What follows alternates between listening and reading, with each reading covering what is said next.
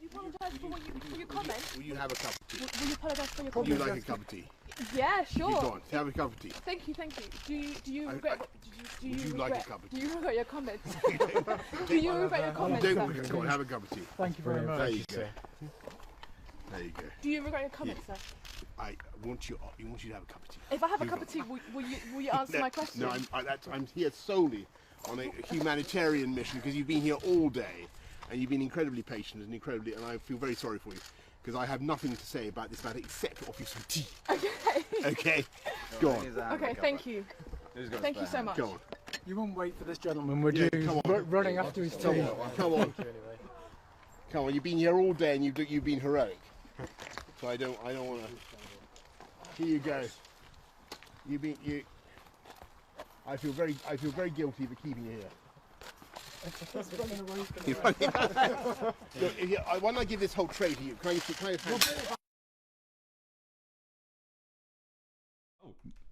Have you ever seen a group of more subservient individuals than those journalists? I was going to do that kind of deep, but I fucked up. So we're going to do that kind of light-hearted. No, have you ever seen a group of more subservient journalists than those sent to get a quote from Boris Johnson about stoking racial tension to feed his own career, but were placated with a tray of English tea? It's the most British thing on the planet, which is like, oh, racism's bad, but oh, you know what? I'm absolutely gasping for a cuppa. Like, this is why this country is such a jar. It is. This country is a jar. But also, like, in journalism, like you can absolutely rest assured if Ash was there, if I were there, you were there, you'd be like, mate, you can keep your fucking tea. Do you have a comment on the big story of the day? That's their job. I mean, none of them did it. So it's not just that, it's also there's a natural deference that's going on here, which is intersecting with an incredibly lame media. But he's playing on the signifiers of like quintessential Englishness, right? And so this whole bring out a cup of tea to journalists when you're going to no comment them, that's actually a very old trick. Michael Gove did it back in September. Had apparently Max Clifford used to do it as well. So all sorts of nasty characters have employed it, but particularly here, this is Boris Johnson kind of playing on those floating signifiers of Englishness, of being like, you know, well, you're kind of, you know, bumbling uncle who's, you know, say a couple of things but don't really mean any harm by it, and cup of tea and bit of cricket, or let's go colonise something.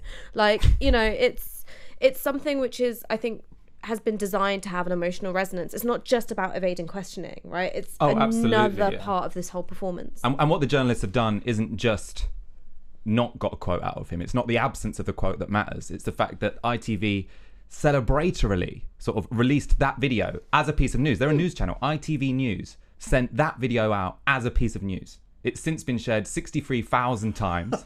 Doing it for the likes. It's framed the debate in exactly the way that Boris and Steve Bannon wanted, which is this is about an affable chap who tells it like it is. Yeah. And even if Muslim women suffer as a consequence of it, it was just a normal British chap telling it like it is. Well, this is what Love Actually got it wrong, right? They thought it was going to be some sort of centre-left, progressive, woke technocrat. But Hugh Grant actually should have been a butt-ugly guy with blonde hair who turns out to be a fascist. That would be an accurate depiction of what this kind of fluffy... Should have been played by, like, Toby Jones in a wig. Like... Oh, that's good. Who would play Boris in a film? That's a very good question. Fine character actor. I think I want to see everyone played by Toby Jones. Toby Jones? I don't even know who Toby Jones is. He's great. He played Gary, can you get up Toby Jones just so I know what he looks like? Like, he played Alfred Hitchcock in a series. He's so good, and he's really good at playing despicable people. So you think you slap a wig on Toby Jones? Him, this guy. Oh yeah, he could.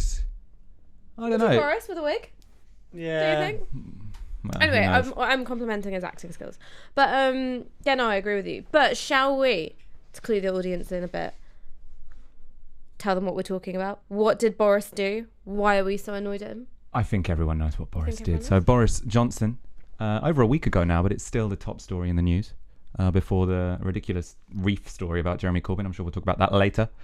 He compared Muslim women in niqabs to letterboxes and said that it's sort of like to try and have his cake and eat it, which is what he likes to do, sort of display his liberal credentials, which is he doesn't want to ban the burqa, whilst intentionally launching a debate which will lead to the victimization, the objectification of one of the most vulnerable groups in society with the least political power, which is Muslim women. And he's being rewarded. He's being rewarded with headlines, and he's being rewarded with stupid viral videos with journalists who can't do their jobs. I mean, it's a minority within a minority. It's not just Muslim women, because there are Muslim women in Parliament. Religiously observant Muslim women. Very, really, I mean, how many, even hijab, hair covering do you see in the House of Parliament? You don't see it. So it's a minority within a minority. You couldn't, in terms of political representation, this is the absolute number one target you can go for with impunity. And we'll talk about it, I'm sure, repeatedly, but, Tommy Robinson, when he rebuts claims of racism, he goes, I've got black friends, bruv. And I believe he's got black friends. I don't think he's making it up. Do you have any Muslim female friends? No, he doesn't. So that's why I think this is such a key demographic that we need to not just talk about, but also actively defend. I mean, so this is something which I really want to get into in some detail, is thinking about the hyper-visibility of observant Muslim women. But just thinking about how this story has played out, is that it's not actually about Muslim women's rights. Very few outlets have actually interviewed women who veil, or far few. I mean, lots of outlets have thought it's just fine not to interview any Muslim women at all. Like John Humphreys asking other white men what they think of, Muslim women who veil is absolutely ridiculous. But this has started to play itself out as a free speech issue, and it started really hitting these notes, which you saw played so expertly by the alt-right in America, is that something which should be about someone's suitability to govern. Can he effectively govern when he is alienating people that he's been elected to represent, has instead become about the right to offend, the right to tell jokes. What's tragic about this is it couldn't have gone any better for Boris Johnson. He's working from a playbook. The playbook is, you say something that is deemed socially unacceptable for good reason, which is that there's groups for whom that's incredibly offensive towards, but which is sadly supported by a majority of the British people. 60% of people want to ban the burqa. Well, we haven't got robust data. We haven't got robust data on that. Majority, isn't it? But it's probably a deft political move. Yeah. And then you provoke a backlash from what you call the liberal establishment. Say you're just telling it like it is. This is a conversation that needs to be had, even though it affects literally no one. No one is suffering from the fact that a small percentage of British women are wearing niqabs. It's not an issue. A burqa isn't a niqab, by the way. Yeah, so the difference is a burqa covers your eyes. No. So a burqa is one long garment, right? Yeah. And then there are some which have like mesh covering the eyes so you can see out, but someone can't see in. Or there are some where you can see the eye. A niqab is just the veil. So a niqab doesn't actually imply you're covering the rest of your body, because it's just this top bit. So normally what people think of as a burqa is a woman wearing a niqab and an abaya, which is the long robe kind of thing.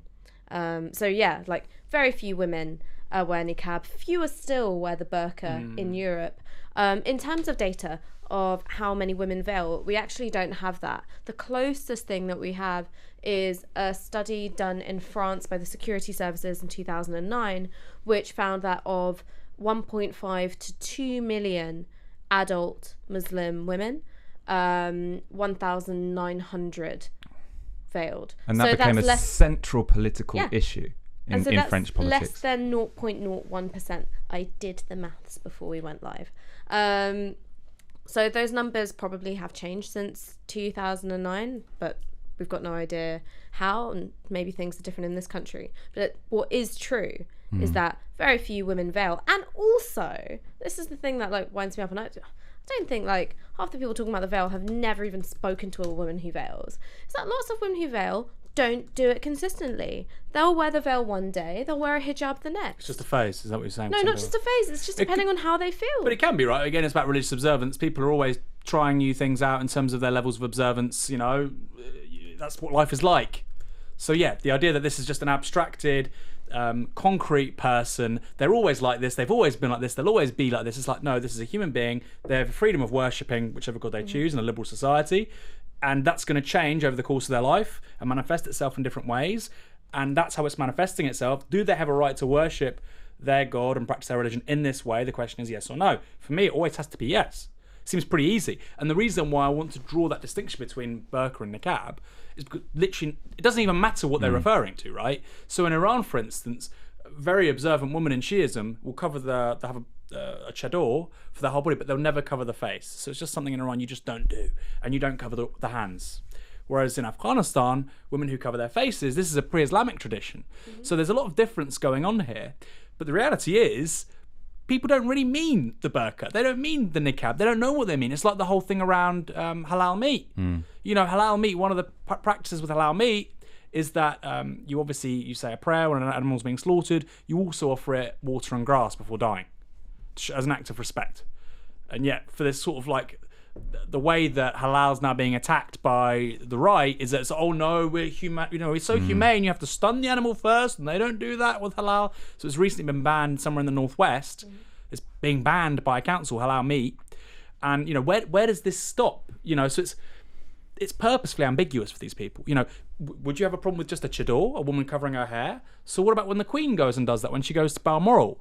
And so I think specificity, actually, as wonky as it might sound, is very, very, very important, because the more ambiguous this debate is, the more it serves the right. I just wanted to get up one picture, which I think many people will remember, of the consequences of this kind of politics, which is a woman in a burkini, which is beachwear, something you can go into the sea, which covers your head, being kicked off a beach by armed policemen. This is what these liberal loving people who want to defend the rights of women are fighting for. A situation where someone who covers their head on the beach is kicked off by men with guns. And ostensibly looks no different from a wetsuit.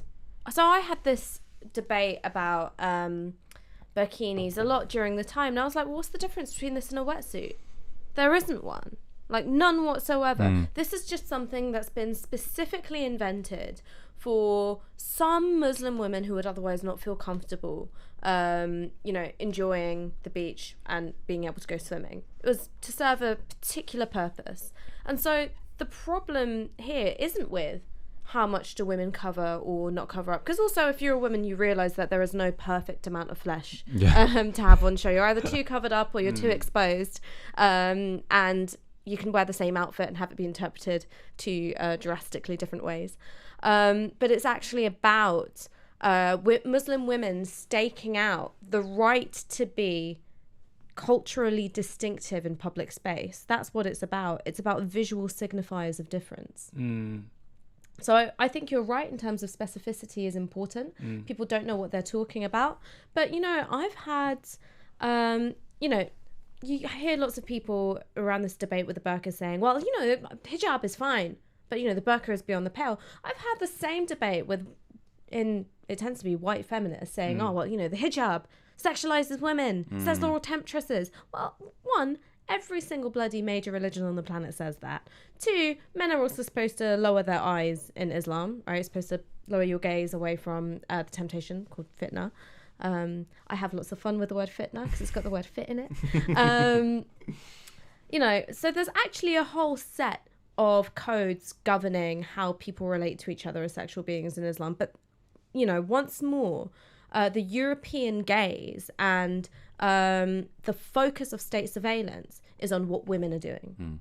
I mean, I think the point you're making, right, is that it's not about the garment. Because obviously the choice of garment is completely arbitrary, whether or not it's the niqab or the headscarf or whatever. They've chosen the most marginalised group, the group for whom the least people are going to defend. So the defence is always quite weak, right? Because you see many sort of liberal commentators on Twitter saying, like, obviously, yeah, I think the niqab's rubbish, but we shouldn't ban it. And it's sort of like, that's fine as a position, but it's not a particularly useful intervention. And that's why they choose the niqab, because they think they can isolate a very vulnerable group in society from everyone else and sort of take the moral high ground. Because when actually what they're doing is just victimizing people. So I mean, let's have a look at some of the discourses around this, because you're right, like in numerical terms, the number of women who veil, very, very small. But women who veil, in inverse proportion to the actual numbers, are hyper visible in political imagery and media. So there was a tweet by Miqdad Versi, hopefully we can get that up, which shows how images of women who veil are used to illustrate news stories, which have got nothing to do with women who veil. So you've got an image of a woman wearing niqab for Newsnight. You've also got another one of women wearing niqab to illustrate a story around Islamophobia. So, you know, in terms of how that image is used, it's become a synecdoche for Muslims. Well, that word was really fucking long, Ash. What's synecdoche? A synecdoche is where you use a part to stand in for the whole. So you could say number 10 to mean the British government. That's a form of synecdoche. Or you could say suits to refer to like the financial services industry. And so, what do you think the image of the woman in niqab stands in for? I think that the image of the woman of niqab stands in for a whole range of anxieties to do with the presence of Muslims in the global north. So what cultural practices do they hold? Are they compatible with so-called Western values? How do they treat their women? There's a sense of opacity, right? So that which you can't see, and that being a cause for concern. It's come to stand in for security threats. It's come to stand in for distinctiveness which is unassimilatable into society, and that's the work that image is doing. So I'm not surprised that not only is that the thing that Boris Johnson that he's gone for, because there's also a long liberal tradition of doing that. You know, you've got Jack Straw saying that he wouldn't speak to a woman in his constituency surgery if she came in veiled. And you've also got a whole set of racialized fears to do with the nation state, to do with images of a divided society, to do with the presence of cultural and racial others. That's summed up in that image. So that's why I think it has such an effective emotional hold on us. I'm not sure if you'll know the statistical answer to this, but obviously this is a moment at which it seems particularly easy for mainstream politicians to mobilize Islamophobia as a successful electoral strategy. Obviously Donald Trump did it. Obviously Marine Le Pen is the most successful National Front leader probably ever. Yeah, definitely ever in France. Are people getting more Islamophobic? I mean, I think the 16th century is pretty Islamophobic, right? Yeah, well, I'm talking the last 40, 50 years. Well, are you saying that us getting like booted out of Al-Andalus was like... No, this is pretty much a constant of expulsions from Europe. Of European identity, right? It's a constant. Anti-Islam. If there is one constant for the European psyche, it's being opposed to Islam. I mean, we could talk about this all day. I mean, Europe really is just a synonym for Christendom. I suppose another way of phrasing that question is there more hostility to Muslim people than there was before, or are Muslims standing in for a separate anxiety, and they sort of like Muslims are used, and especially Muslim women are used as a way to start a conversation which is framed in a particular way. Maybe it's free speech, maybe it's sort of like the idea of we should be proud of our white identity, or an anti-immigrant politics, and Muslims become sort of like the whipping person of it, where it's sort of they're used to stand in for something else, and obviously that has material consequences for Muslims, but is it actually hostility to Muslims and the rise of it that explains sort of like an increase in mainstream Islamophobic I mean, the politics? thing is that I think that in order to understand Islamophobia today, you do have to go back and look at anti-Semitism in the 1920s and 30s, because if you try and analyse it simply as sentiments and dispositions, you're going to lose most of the story. Anti-Semitism in the 1920s and 30s, Islamophobia now, is really about the position of racialized, abject others to the state. So I'm not just here talking about how specific laws or coercive apparatus affects different groups, though I am also talking about that. So thinking about Prevent, thinking about the blossoming of Muslims within Britain's incarcerated population, but also thinking about the way in which notions of security, notions of threats to democracy, notions of, aliens, right? Alien forces in society who are kind of, crossing borders when they shouldn't, undermining sovereignty by their very existence. And how that shapes statecraft and policy. I think there's a lot in common between Islamophobia now and anti-Semitism then. I think that's absolutely true, but I also think there's something new, which is that Europe is dramatically transforming demographically. It's just undeniable, and this is a huge weakness of the liberal left. Diversity is good. And then, of course, the right can say, well, what amount of diversity? Which is a very good question. Is it 20? Is 20 million people coming to the UK the same as 200,000?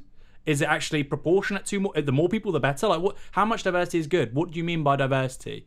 I personally don't think diversity is I think it's quite a meaningless term in the way it's deployed by left liberal people. But Europe's changing dramatically, particularly Southern Europe. And what I think that the Muslim in particular, the Muslim woman has become, is basically the signifier for this huge demographic shift we're going to see in the 21st century, which is white people becoming a minority in Europe, which is going to happen. And I think this is like a shorthand for a resistance and animosity to that. So it has parts of that, but I think it's also about something else. You know, Europe is no longer going to be, a primarily Christian continent. And that's a huge issue for the identity of Europe as it's been historically constituted. And that's an outgrowth, really, of European secularism. This is going back several hundred years. But the idea of Europe as white, as Christian, as the continuation of the Enlightenment project, all manner of things, is clearly going to change quite dramatically during our lifetimes.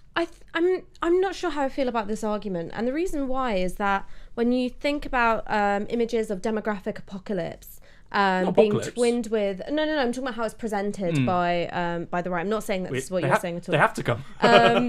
Everybody's going to get older and die, you know. But like in terms of the image of immigration as demographic apocalypse, and it being twinned with national decline, the diminishing status of former imperial nations on the international stage, this has really been going since Enoch Powell's Rivers of Blood speech.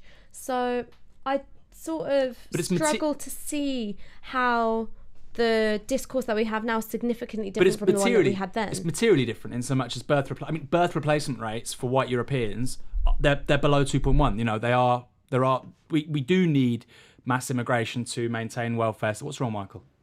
Gary's telling me to check my pop shield. Oh, we do need mass immigration to do all manner of things. But yeah, we are still in that moment that Enoch Powell touched upon. But it's a very profound moment, which is to say, we are moving. The United States was always going to have less of an issue with becoming a minority-majority country than France, than Britain, than Italy, because it's always tried to, sort of articulate itself. Still a huge problem, and it's founded on slavery. I would submit white people being a minority in the United States still fits far more easily with their national myth than anything in Europe. Actually, the French idea of revolutionary republicanism and the idea of white people becoming a minority. We're seeing it, but it's a car crash. It can't work. So I do think there is something materially distinct, which is to say that, minority-majority countries in Europe by the mid-21st century is a big deal. Maybe you're convincing me a little bit, and I think maybe one of the reasons why you are reluctantly convincing me is that it's true, right? America, as a settler colony, already has an infrastructure for dealing with demographic imbalance between white people and predominantly black people, and maintaining highly uneven distributions of power, because that's written in America's DNA from the start. So I think that it having that architecture already is very significant. And I think when you look at, what is the status of the Muslim in relation to state apparatus in Europe, it's that of the non-citizen. So thinking about one whose rights can legally be stripped from them, who cannot enjoy the rights to democratic participation, freedom of speech, freedom of cultural expression, religious expression, as other groups can.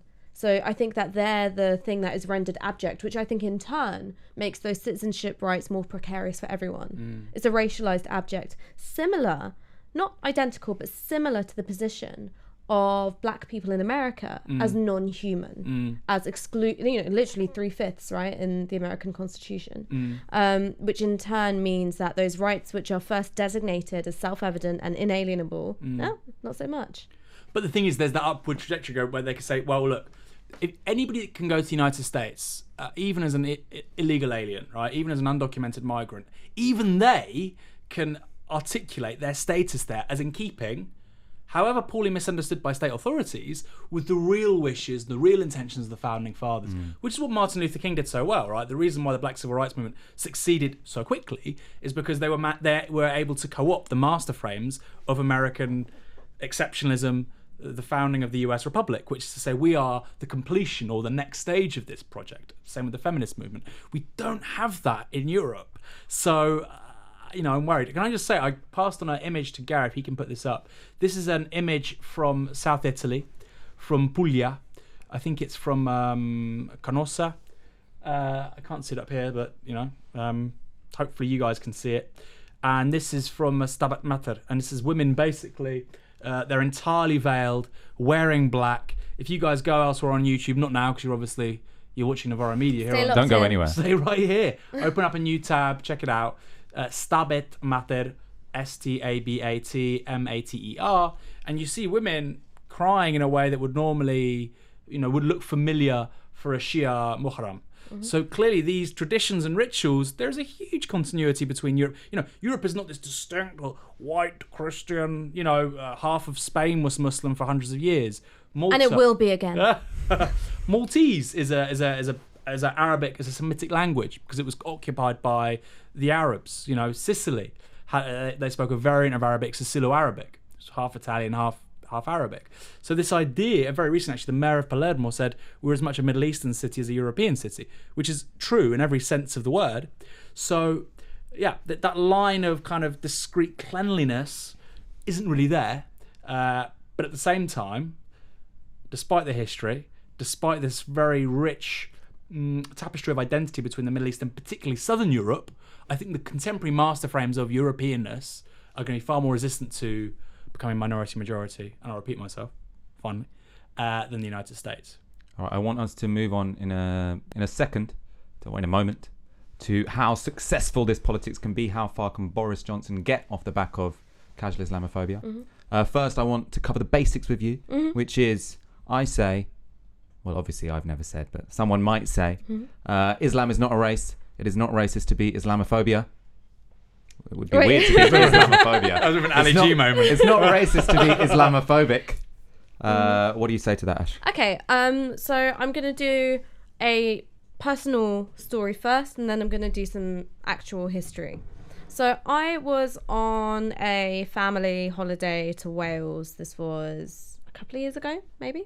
And we just got to a service station, and if you've been on a family car journey and you're all fucking trapped in there, and so you explode out the car and you're like, right, need to get a coffee. So I went to go get a coffee. I came back, and my grandma, who was 78 at the time, on crutches, she got a bit of a dicky leg, had been racially abused by some lads in a car who started shouting jihad at her and Allahu Akbar and this, that and the other. Now, my grandmother is a Muslim, but she doesn't wear hijab. She doesn't even wear a hamza the way I do. There are no outward signs of her Muslimness at all. So you've got two options, which is either number one, these boorish, thuggish, racist guys in a car had particularly refined halal detectors, or the language that they had to hand, which was one around signifiers of Islam, could be applied to anyone who was brown enough and looked South Asian. So once upon a time, what they would have shouted was Paki, despite her not being Pakistani. What they might have shouted would be something like Wog, which was applied to both South Asians and black people. Whereas now the set of the signifier here you have is to do with Islam. So you can see that Islamophobic language is being mobilized and deployed at simply anyone who isn't white. And this isn't just something that you see in terms of street racism. Jean-Charles de Menezes was not Muslim, but he was brown enough to die as one.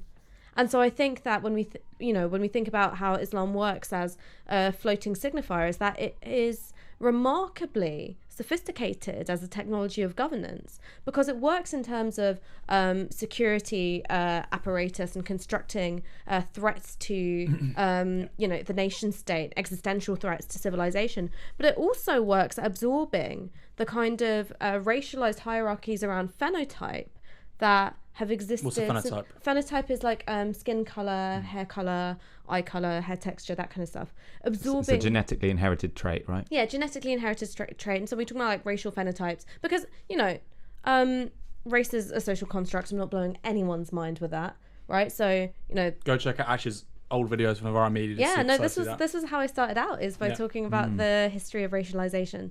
So Islamophobia is dynamic enough to absorb all those things. If you remember when Lee Rigby was killed, and I think it was Nick Robinson who said that the murderers were of Muslim appearance while they were wearing Western dress, what was of Muslim appearance about them. And also they were sub-Saharan, like They were Nigerian, right? yeah. So it's like West Africa to Mecca. You're talking like this is like 6,000, 7,000, 8,000 miles, a long way, bro. What he meant was not white. So of Muslim appearance just meant not white, Yeah. placed in a context of an elevated security threat, which makes you think Muslim. So it obviously has a relationship to racialization. Also, and this is more of a historical tangent, if you want to go back to the scientific racist categories which were developed in the 19th century, there were social Darwinists who talked about Homo Islamicus, Islamic man. Wow. So there was actually a scientific bracket for That's Muslims. so stupid. It's really dumb. Because I mean, Islam goes from like Borneo, Indonesia, all the way to West Africa. That's so stupid. Wow, It's stupid. half the planet. But so that's why I think that it is racism. And you know, in the terms of like, you know, Muslims aren't a race, so Islamophobia can't be racist. Black people aren't a race either, right? That's also right. you know, a product of historical and social forces, and they experience racism. I mean, I'll give you a concrete example of this. You gave one as well. I was arrested in 2011, and when I was picked up, this is, you know, I won't send traffic to a right-wing site that talks about it, but it's documented if you want to look. You know, my mother's name is Aaron Peters. That was her name after she got married. It's not my name. It's not my father's name. It's not her maiden name. And so when I was picked up by the police, finally, they got a spotter card. They recognised me at a squat eviction. I remember that day. God knows why I went to a squat eviction after doing something silly, after breaking into a bank of the wheelie bin on a protest. Waving everyone in like Lady Bountiful. So they got me, and they were like, "What's your name? Who are you?" And eventually I gave them my name, which at the time was Aaron Peters, which was my mother's married name. Bastani is my father's name. And they just didn't believe me. They did not believe that my name was Aaron Peters. And the guy who picked me up, actually, the arresting officer, was an Iranian British guy. And then his colleague was a white British guy. And they honestly didn't believe me for about several hours. And they thought that when they were going to go to my house, it was going to be full of fucking... By the way, this is a counter-terrorism unit, right? Doing Mickey Mouse protest stuff, as you've seen from Spy Cops time after time, complete misallocation of resources. You know, I'm not... Michael and I differ a lot from the sort of disband the police people on the left in terms of short-term demands. Very short-term demand is getting rid of the TSG and really scaling down counter-terrorism around this stuff. But yeah, you know, they racialize. I would advance the vast majority of the people that they arrest as Muslims. They're racializing them as Muslims because that's how they make sense of, you know, perceived threats. And that's the thing, racialization is a social process, it's not a biological one. And I think that's the thing that people miss, is that we've seen the racialization of Muslims transform since 2001. We're in a strange position where we're not looking at that as a historical artifact which exists, you know, decades and centuries in the past. This is something that we're living. And I'm sorry, but Twitter, you're just going to have to get on board with that.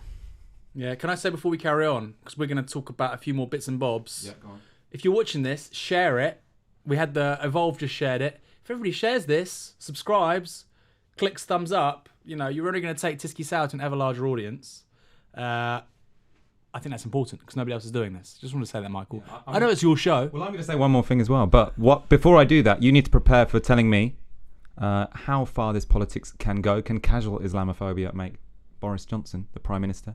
Before you answer that, not only do you need to share this, not only do you need to tell your friends about this show, but make it possible for us to do this show more often. We want to be more than once a week.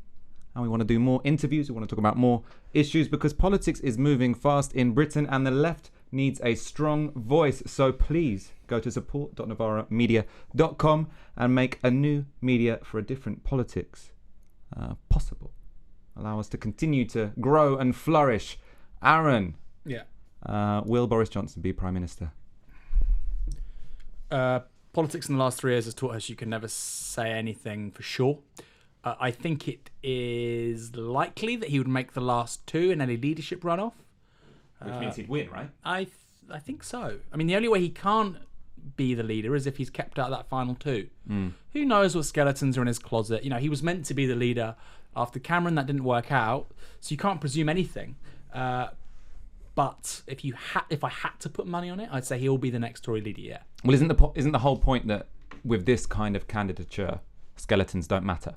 So I mean, he is depends, right? He is playing from really the play. And I know that lots of people on Twitter have said we shouldn't say that racism was imported from the United States, because obviously there's a long history of we didn't need to import racism.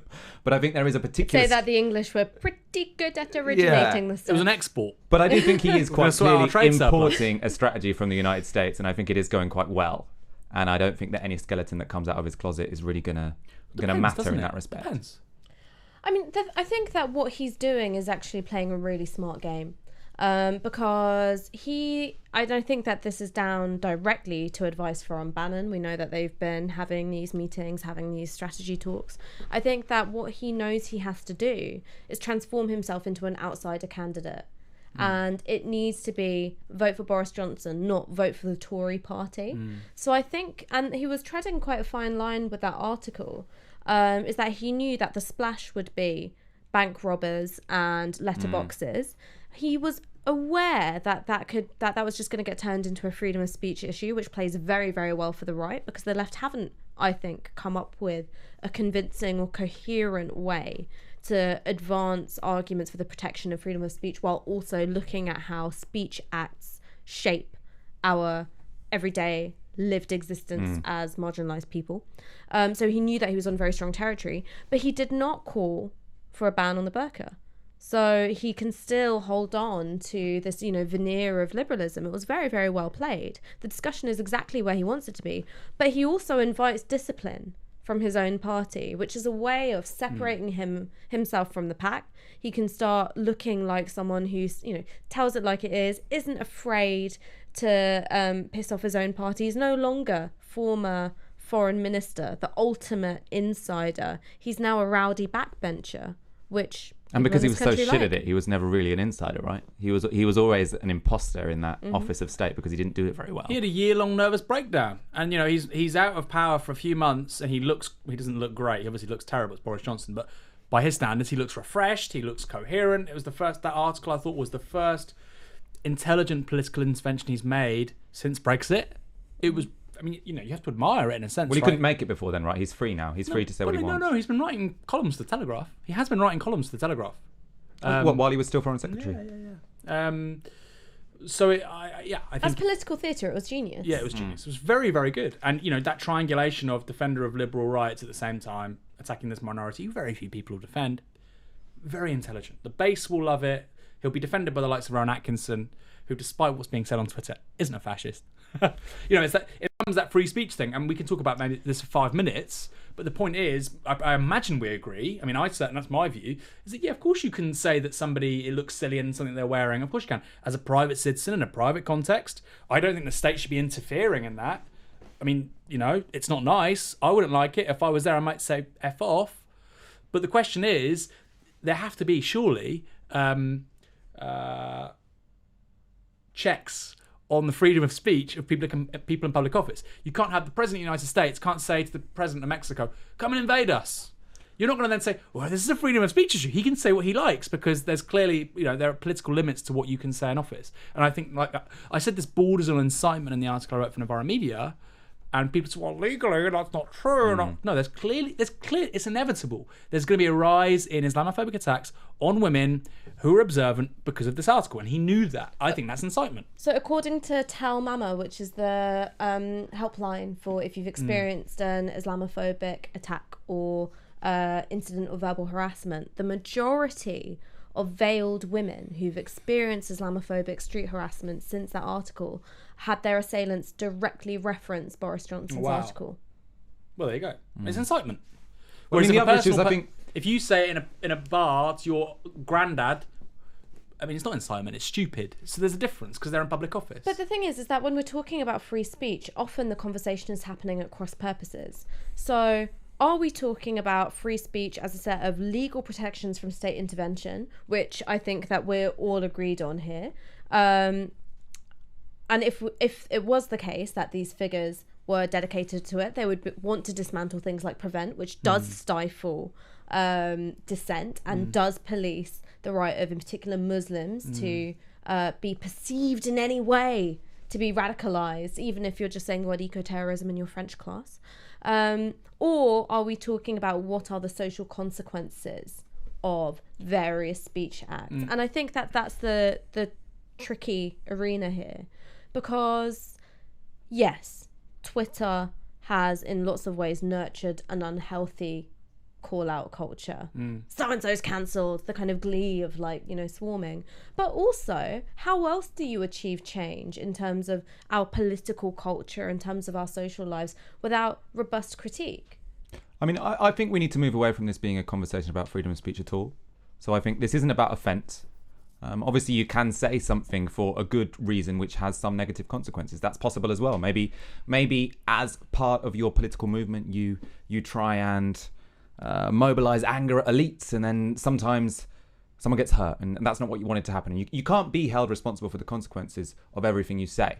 I think the left would be in a difficult position if we ended up sort of like attaching ourselves to that idea. But I think the point is, what was the purpose of him saying it? What was the political project that Boris Johnson talking about women in niqabs looking like letterboxes played a part in? I don't disagree with him.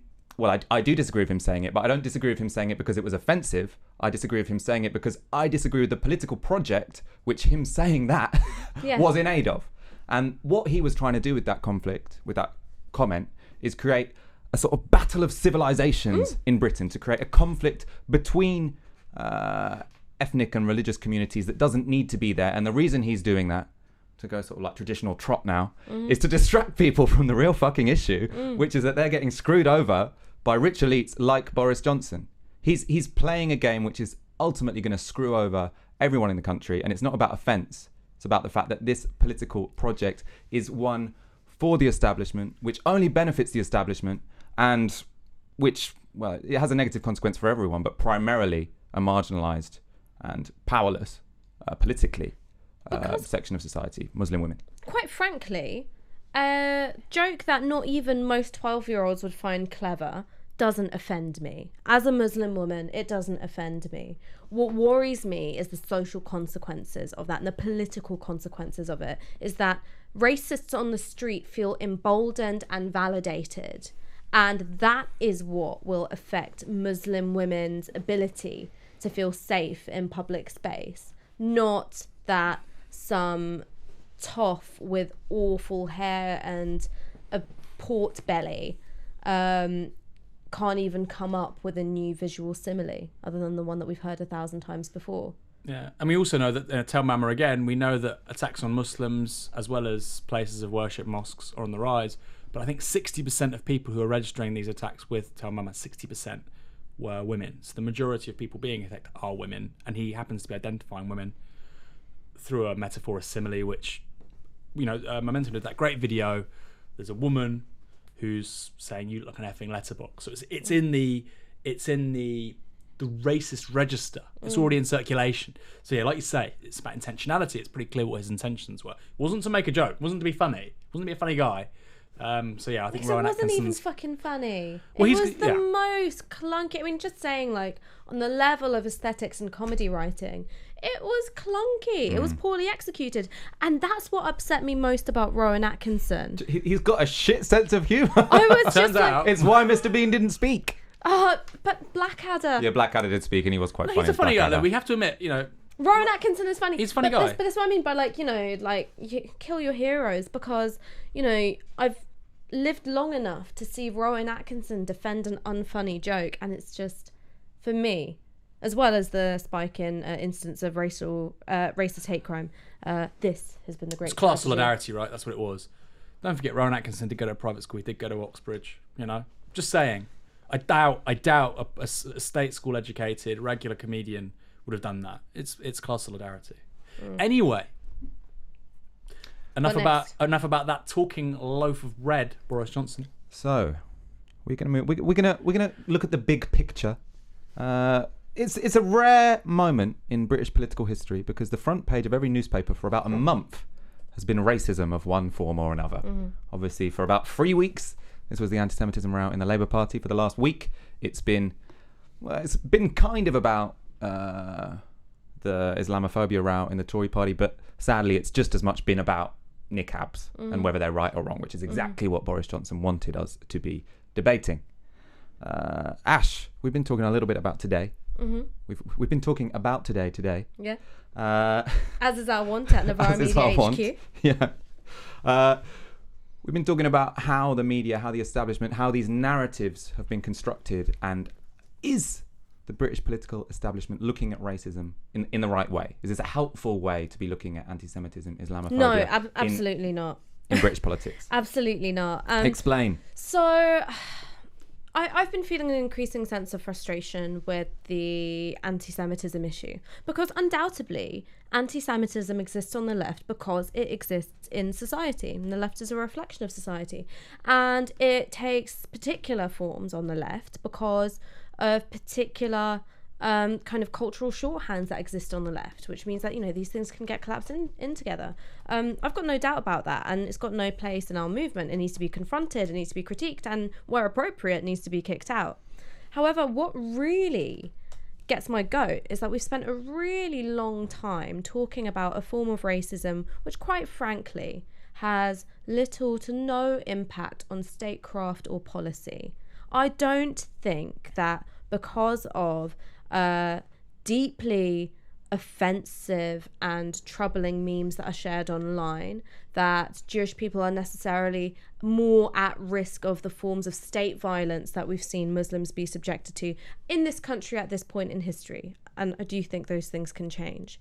I think that, and then coming to understand Islamophobia, is that one of the things that's been said a lot by people on the left is, well, imagine if the target was Jewish people, why don't we take this as seriously as we've taken anti-Semitism? Well, actually, because they're different forms of racism articulated in different ways. So the problem with Islamophobia is that it is state policy. It is at the center of how we construct security threats. It's at the center of how we think of the nation state at the moment, in a way that anti-Semitism just isn't. So it's not just a case of evenly applying our outrage, it's acknowledging that these things need different strategies and different techniques in terms of movement building and anti-racist work. And I think in terms of the freedom of speech issue, and I found this quite difficult to say because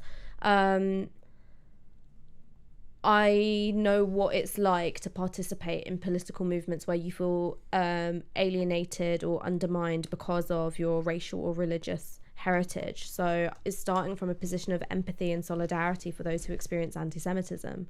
But I think that with the IHRA definition and examples, is that should it be adopted by the Labour Party with all the examples, the majority of which concern how one can speak about the actions of the Israeli state, I think that that would be a grave injustice and threat to freedom of speech and the right not just to criticise Israel, but to vociferously and passionately defend the Palestinian people in the face of an onslaught which is only getting worse.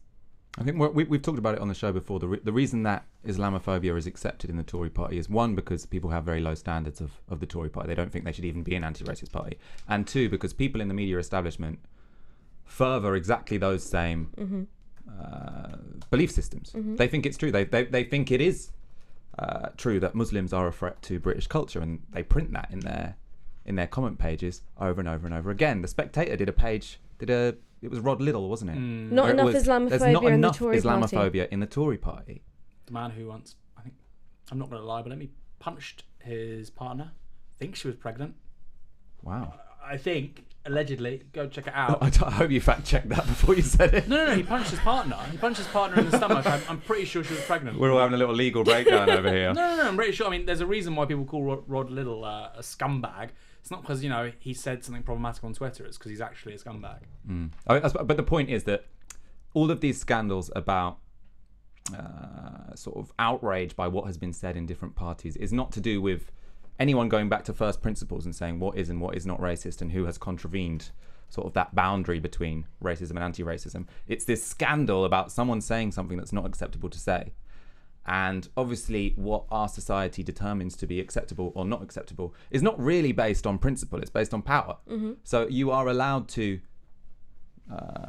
be what I'd call racist towards a group, so long as that racism is sanctioned by the state and sanctioned by the establishment, which I mean, it was what you're saying. Yeah, no, absolutely. But I do think that it is important at this juncture to talk about the issue of Israel criticism and what's going on in Gaza at the moment, because I think that for so long we've been yanked into these discussions of racism, which are completely abstracted from power relations, as you say, but also ongoing political conflicts and antagonisms. So there is a very fragile looking and delicately negotiated ceasefire in Gaza currently, but they have faced bombardment by the IDF. Cultural center was destroyed by Israeli warplanes. You've had 168 deaths in Gaza since the March for the Return protests a couple of months ago, where 52 people, I believe, were killed by the IDF. And you've also had the return of hostilities by Hamas, and I think it's something like 150 or 200 rockets fired into Israel and 18 people wounded. So it's a highly asymmetric conflict, but there are two sides to it. And I think that that's the backdrop to these discussions that we're having of which groups are deemed worthy of protection, what language can we use to describe political events or military hostilities, and what effect does that have on Jewish people and Muslim people, regardless of whether or not they're connected to Palestine or Israel directly in terms of their nationality. What right do they have to take political positions and have those positions be deemed legitimate and without being silenced by accusations of either anti-Semitism or, virulently anti-Palestinian rhetoric?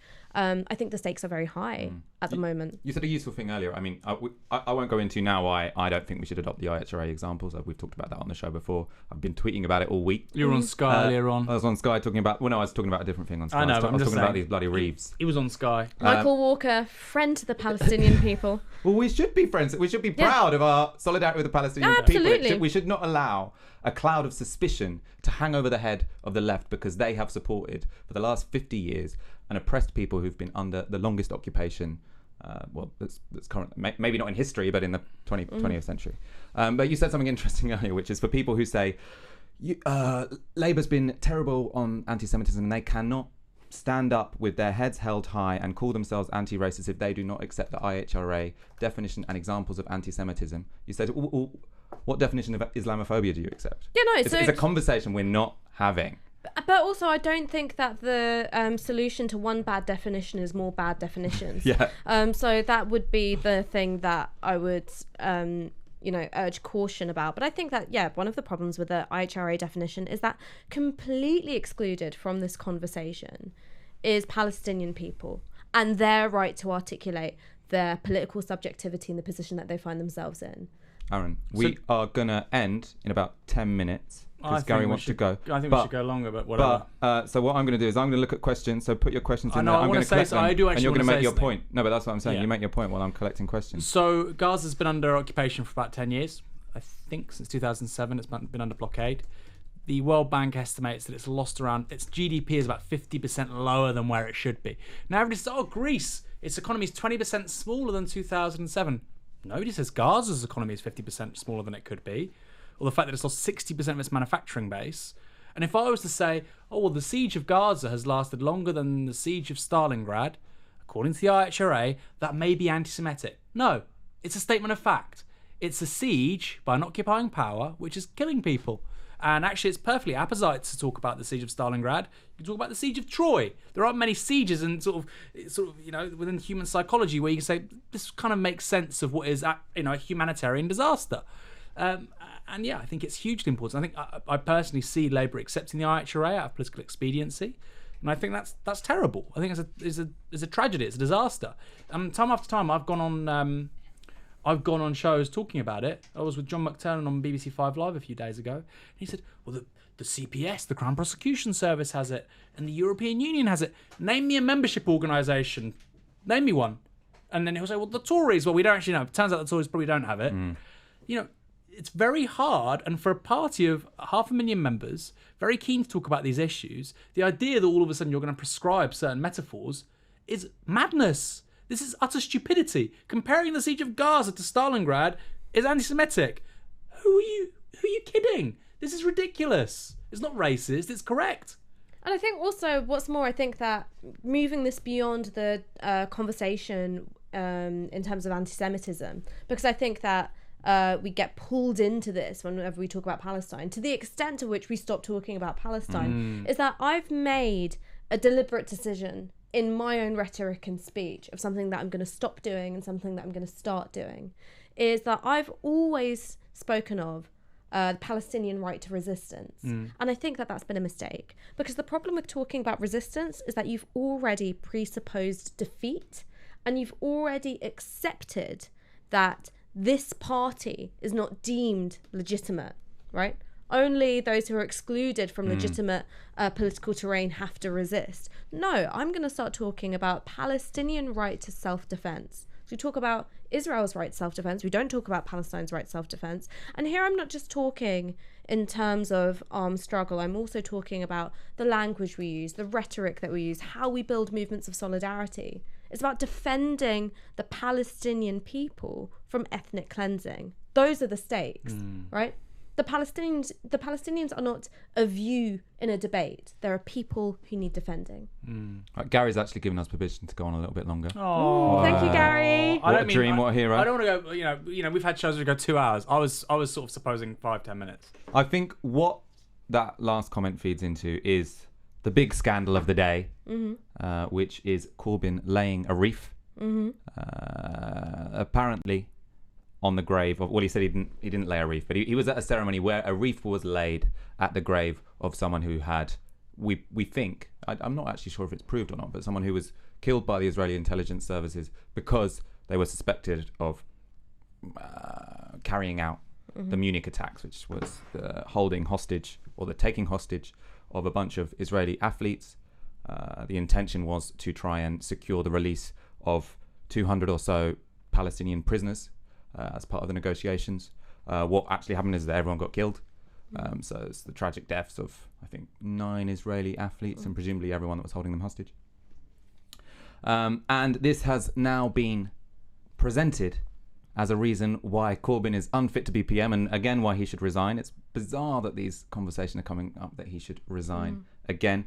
I personally think Labour have gone about defending this in kind of the wrong way up to now. I think a point has been missed, which is that what the media are doing over and over and over again is they're finding a picture of Jeremy Corbyn next to someone with an awkward past. And then Labour, every couple of months, have to try and explain away why he stood next to someone with an awkward past. Oh, he didn't actually mean to stand next to the person with the awkward past. Oh, he didn't know about his awkward past. Oh, actually, he did something awkward 2 years after he met Jeremy Corbyn. I think what we need to do is take a step back. Look at the context of this. Why was Jeremy Corbyn at an event where a wreath was laid at the grave of someone who'd committed a terrorist attack?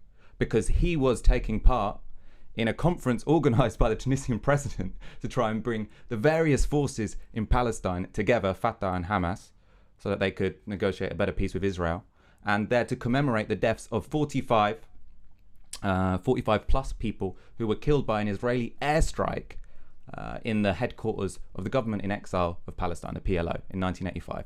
The fact that he stood next to someone with a complicated past, yeah, potentially he shouldn't have done. Potentially if he'd done his research, he wouldn't have stood by that particular grave. But the fact that he's in that situation, the fact that unlike any other British politician we can think of, this guy took time, thought it was worthwhile going to a memorial, to go to a commemoration service of 45 people who were killed against international law. These were people who were it's all kind of workers, as you can imagine, in the headquarters of a government in exile. So some of them working in welfare, some of them working in finance, some of them cleaners. These people were killed by a bomb dropped from an Israeli plane on the headquarters of a government in exile in Tunisia. What other British politician was there commemorating this? What other British politician accepted the invitation of the president of Tunisia to try and bring the warring factions of Palestinian politics, Hamas and Fatah, together so that they could successfully negotiate a peace and not be subject to the divide and rule policies of the Israeli state that has left Palestine subjugated for 70 years. We should celebrate the fact that he was there And we should accept that if you put yourself in a position where you are defending the oppressed, where you are taking part, well, it's not taking part in national liberation movements, but showing genuine solidarity to national liberation movements, then you are going to stand next to some complicated people. And we're not going to bother explaining why he stood everywhere he stood. We're going to talk about the bigger picture, which is he was there for good, honest reasons, which should be celebrated. Mic drop. Dropping Walker. heat. And can I say another thing which is really not talked about, and this is particularly personal because Prince Harry was in Israel, I think, in June. You know, it wasn't always the Palestinians who were involved in non-state terrorism. You had the Haganah and the Irgun. Menachem Begin, one of the most important founding politicians, David Ben-Gurion as well to a lesser extent, was a terrorist. You had the King David Hotel bombing, 1946. Over 90 people died. British Army You had officers... slaughter at Deir Yassin. Well, this is primarily... I mean, Brits were killed in the King David Hotel, right? When Prince Harry goes to Israel in June, does he mention it? No. But Jeremy Corbyn happens to be by somebody's... And these aren't British nationals, right? Whereas in the King David Hotel, British people died. Prince Harry doesn't talk about anything, remotely... oh, yeah, we've forgotten that. And yet... Jeremy Corbyn happens to be within 5 meters of somebody laying a wreath. We're not sure if it was this or there, and he's the leader of the opposition. He's not even the second in line to the throne. But that's so fucked up. I mean, really think about what's going on But I mean, here. the thing is that I don't think that Why is this such a hugely salient issue? And this isn't even... It's not even a spot in the public conversation. I agree with you completely. There's wildly uneven treatment, but we know why that is. It's because when you have the cloak of respectability that you get from being a internationally recognised state, is that the acts of terrorism that you've carried out either in your past or in your present are suddenly fine. I think it's deeper than that. Because the Iranian state's involved in acts of terrorism. I mean, Russia just allegedly killed these people in Salisbury. That's an act of terrorism. I think it's deeper than that. And I wonder why, uniquely, Israel's history and its sort of genesis, yes, of course, it's massacres, it's moving 700,000 Palestinians, but it also involved terrorism against the British state.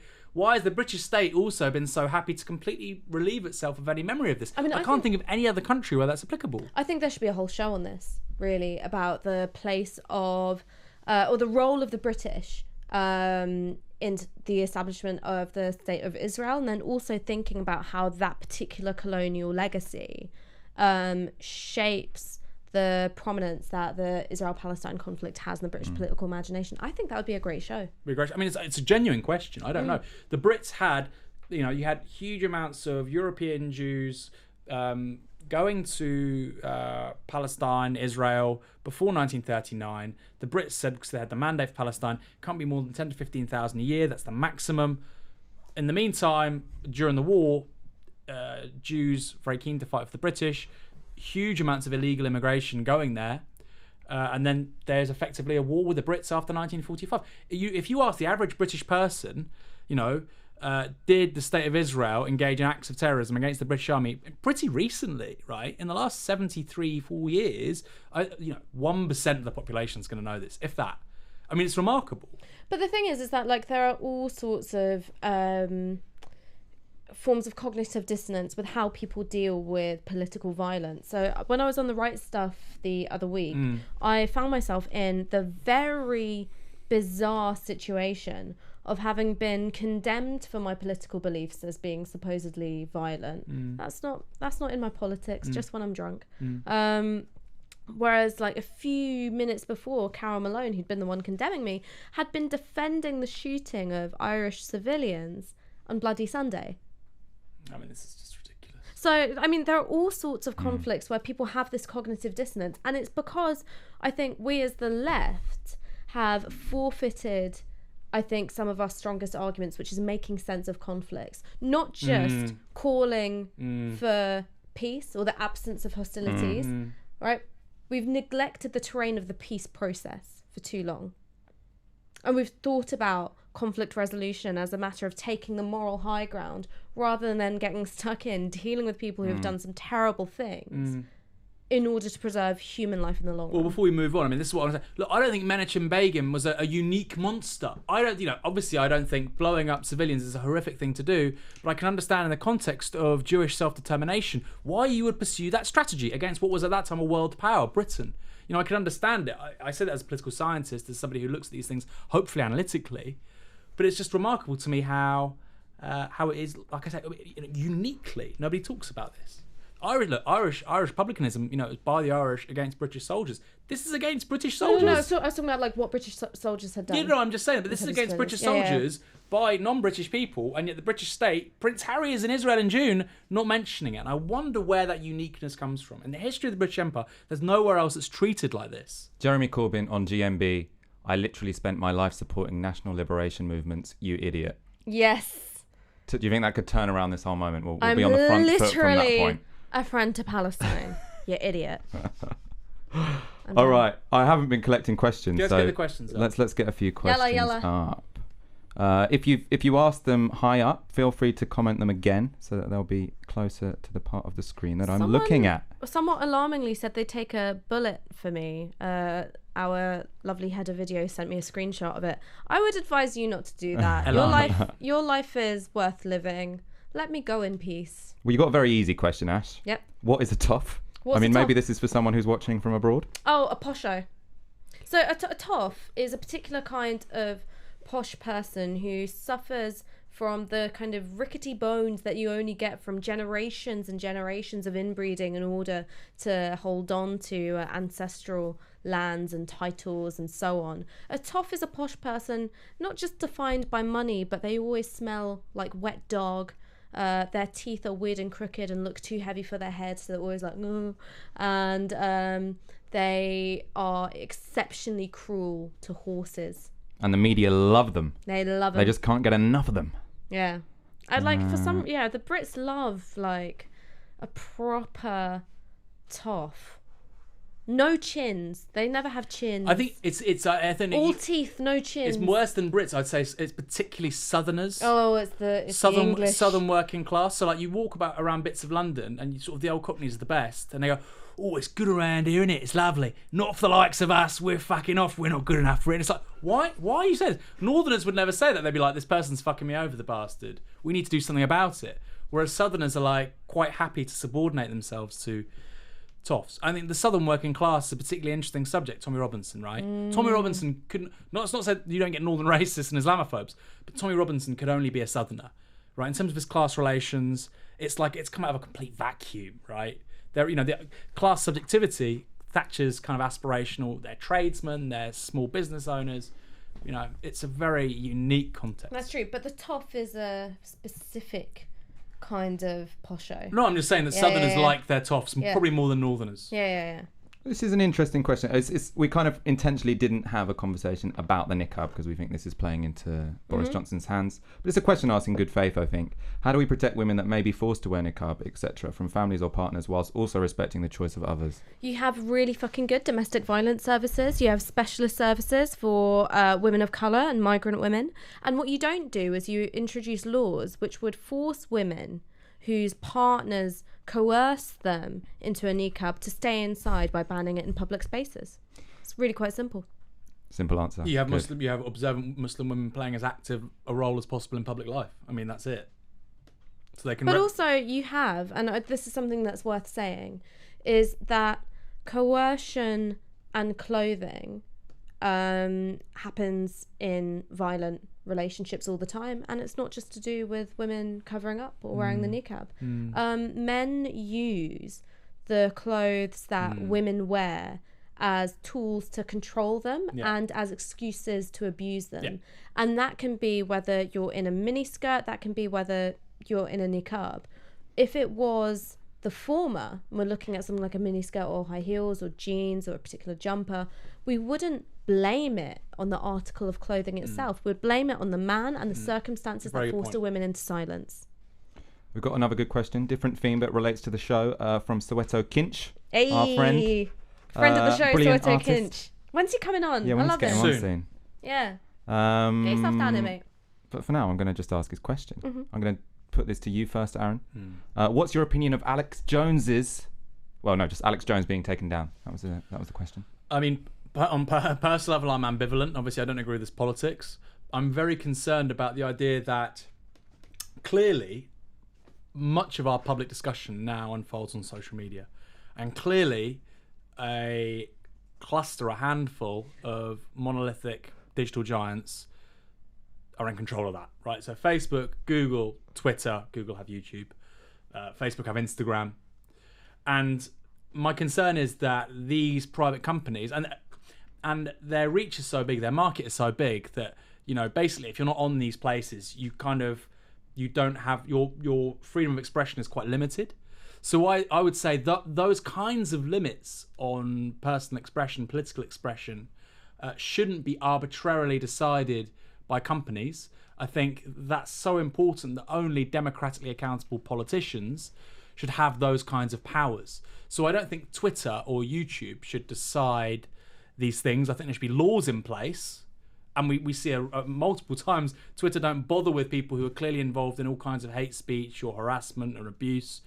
I think laws need to be in place, and they need to implement them. They need to enact them. And I think that's the best thing. You know, otherwise, you know, Novara will be next, right? Left wing, right wing, and it very easily plays into this idea that you get rid of the extremes and you just have the sensible people, and all of a sudden, all manner of grievances can't have political expression. It could be racial, it could be gendered, it could be anything. So it's concerning. Although in this instance, I don't care, and I think Alex Jones is fake news. I mean, he claims that Hillary is a demon and a lizard. He probably shouldn't be on YouTube. Well, no, probably he shouldn't be on YouTube. He shouldn't be on Twitter. But I think that should be, as a general principle, I would like to see that decided by elected politicians rather than companies who fundamentally only care about shareholder value. Or not necessarily elected politicians, but by an organisation which is in some way democratically accountable, right? Yeah. You probably want it an arm's distance. A regulator, a state authority. Yeah, exactly. Yeah. I mean, the thing about Alex Jones is I think that it's right that he's not on YouTube, but I think Twitter's still got him, doesn't he? Twitter's still got him. Twitter's still got him. Twitter's under quite a lot of pressure now. Yeah, because the thing is about Twitter's rules is that they're unevenly what's the word? Unevenly enforced. Oh, I was trying to say enforced earlier. I forgot that. Sorry, word as well. half a beer and suddenly I'm all over the place. My tolerance has just gone. I shouldn't have had two before trying to do my intro. You had two. My God, bad boy. So they're unevenly enforced. So we know that he's violated their terms of use on multiple times. He's also been directly responsible for the harassment of grieving parents of Sandy Hook victims. You know, he's a deeply nasty guy who shouldn't be using Pizzagate. Who shouldn't be using the platforms that he has. But he's integral, really, to Twitter's funding model. Like people like him, that's what the platform is for. So I think that it points to flaws that are inherent in the platform. I think I'm less invested in some of the nitty gritty than Aaron, just because I get bored when I talk about these things. But yeah, I think. Well, we could be next. I mean, I understand Alex Jones being incarcerated and imprisoned, right, by the state because of incitement, because of the things he was saying about Sandy Hook, Pizzagate. It was crazy. How's he not gone to prison for that, right? Somebody literally went into a pizza parlor in New York and was going to fucking shoot people because they believed this stuff. They believed, if you're not familiar with Pizzagate, unbelievable conspiracy theory. Basically, somebody with deep connections within the US Democratic Party was allegedly running a child sex ring in this pizza parlor, and Barack Obama and Alex Jones has talked about all of this stuff. It's a great example of this is on the Joe Rogan podcast, 3.5 hours. He gets him stoned, he gets him pissed, and he says the wildest stuff. And he said that Barack Obama's code for male prostitutes was hot dogs. So spend a quarter. Have you not seen this? No. He goes, look at the emails, and Barack Obama says, well, spend $100,000 on hot dogs. It doesn't matter. He goes, this clearly means male prostitutes. And so all these things he's alleging, somebody acted on this, you know, clearly it's criminal. It should be enforced and followed on by the state. But I don't think private businesses. Facebook has 2 billion monthly users. It's so integral to the public conversation. And that then feeds into a broader conversation about who's controlling these businesses, who are they accountable to. I think there should be more democratic oversight of them. Final question. They'd be publicly owned. I want to know both of your opinions on it. Yeah. I'm sure you're all going to have very insightful things to say. Why has Corbyn's anti-imperialism not yet fed through into the politics of the Labour manifesto or momentum? Because I think that 2017 manifesto was low-hanging fruit. I also think that in terms of the Labour Party and anti-imperialism, Corbyn and McDonnell have really, and Diane Abbott as well, have, like, really been isolated in holding these principles.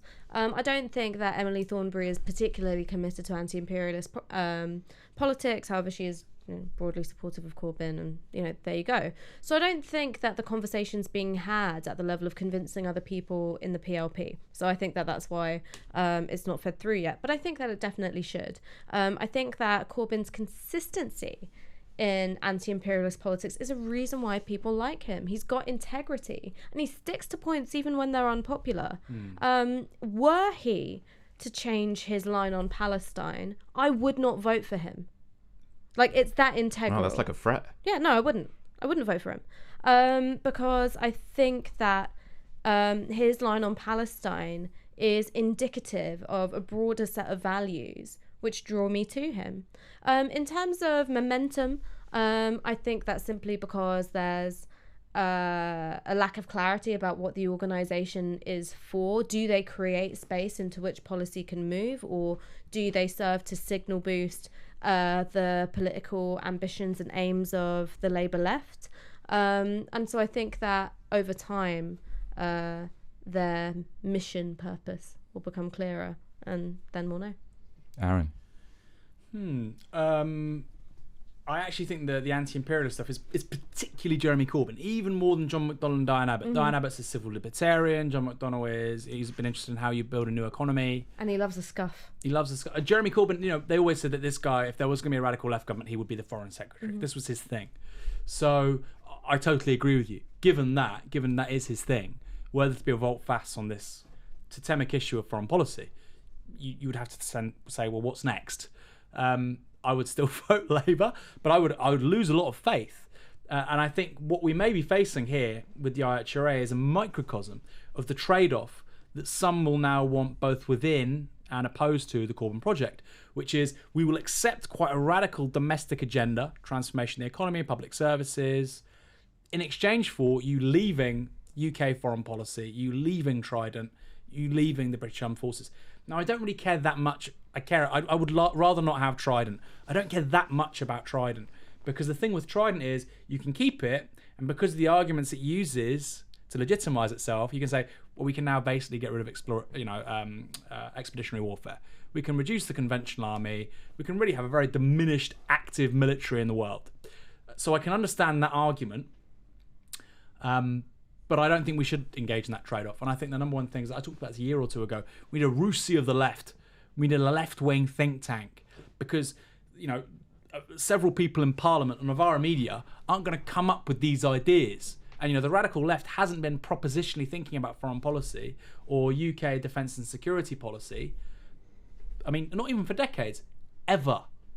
The TUC was very imbricated with the Confederation of British Industry basically after the general strike.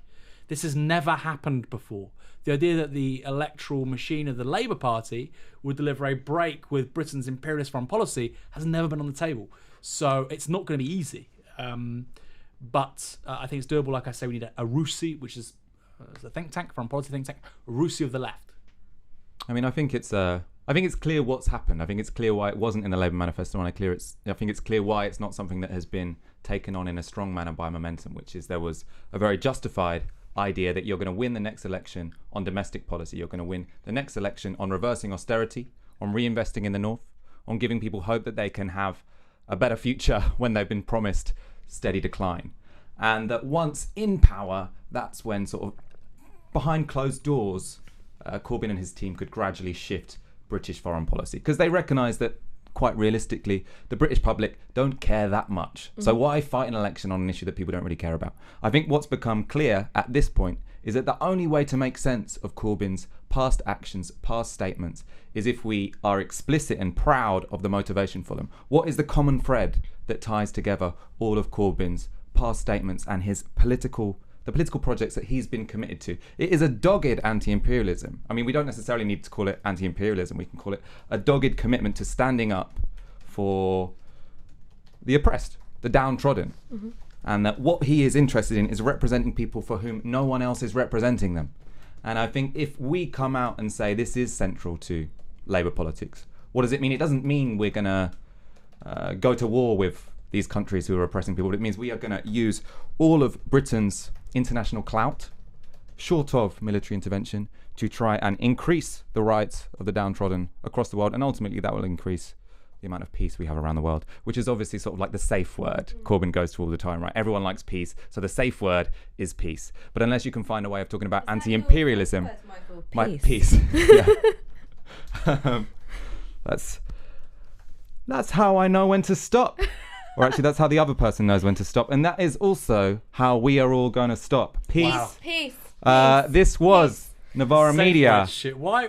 I mean, I know you're not a weirdo. I never thought I'd be working with a fucking weirdo that has a safe word. Well, it's important. Listen, it's responsible BDSM practice to have a safe word. Listen, honey, I don't do things that involve like buying accessories or learning new words, but I'm just saying, for our viewers out there, in case you're into that kind of fraff, safe words are important. I've got enough shit going on in my life that make things more complicated, right? Sorry.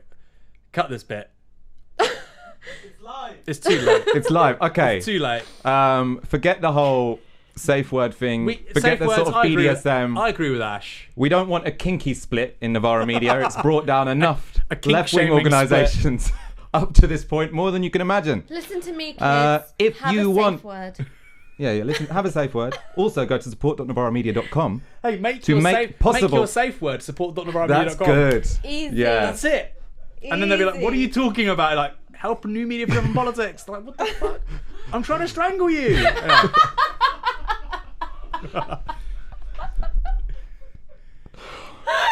Support.novaramedia.com. Really gone to your head. Have safe sex. Help new media for different politics grow. We will see you next Monday. Thank you, Aaron. Thank you, Ash. It has been an absolute my pleasure.